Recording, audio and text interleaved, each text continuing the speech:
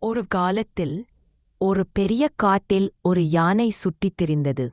அது தனியாக இருந்தது. நண்பர்களை உருவாக்க விரும்பியது.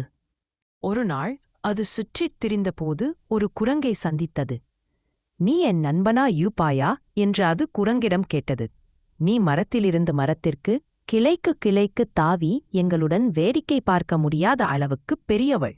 அதனால நான் உன் நண்பனாக இருக்க முடியாது என்றது குரங்கு. யானை ஒரு முயலைக் கண்டு அதை தன் நண்பனாக கேட்டது. முயல், நீ என் சிறிய வீட்டில் பொருந்த முடியாத அளவுக்குப் பெரியவள். நீ என் நண்பனாக இருக்க முடியாது என்று முயல் சொன்னது. யானை ஒரு தவளையை சந்தித்து அதே கேள்வியே கேட்டது. நீ மிகவும் பெரியவள், கனமானவள். நீ என்னைப் போல குதிக்க முடியாது. அதனால் நீ என் நண்பனாக இருக்க முடியாது. யானை மோசமாக உணர்ந்து நடக்க ஆரம்பித்தது. பின்னர் ஒரு நரியை சந்தித்தது. நீ என் நண்பனாக இருப்பாயா என்று கேட்டது. நரி, நீ என் நண்பனாக இருக்க முடியாத அளவுக்குப் பெரியவள் என்று பதிலளித்தது. ஏமாற்றமடைந்த யானை நண்பர்கள் இல்லாமல் வீட்டிற்குத் திரும்பிச் சென்றது. மறுநாள் யானை பலத்த அலறல் சத்தம் கேட்டு விழித்தது.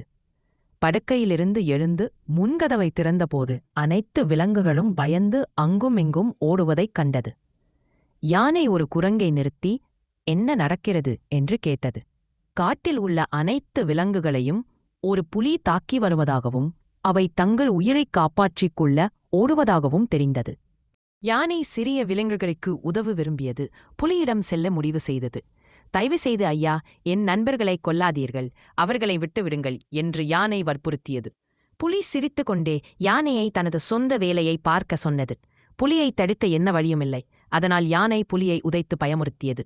யானை எவ்வாறு தங்கள் உயிரை காப்பாற்றியது என்பதை காட்டில் உள்ள அனைத்து விலங்குகளும் அறிந்ததும் அதனுடன் நட்பு கொள்ள ஒப்புக்கொண்டன.